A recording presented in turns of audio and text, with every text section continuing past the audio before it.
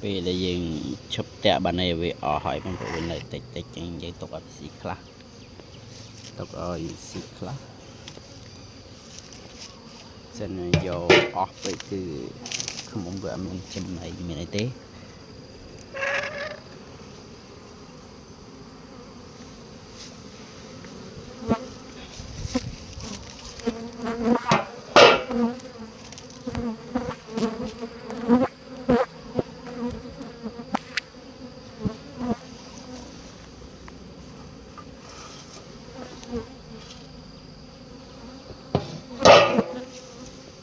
mà cái gì chặt đấy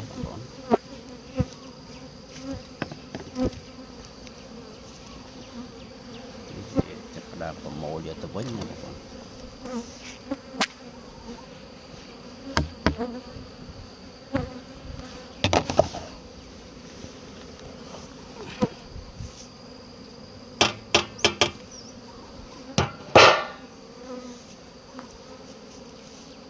trong này tam tắp một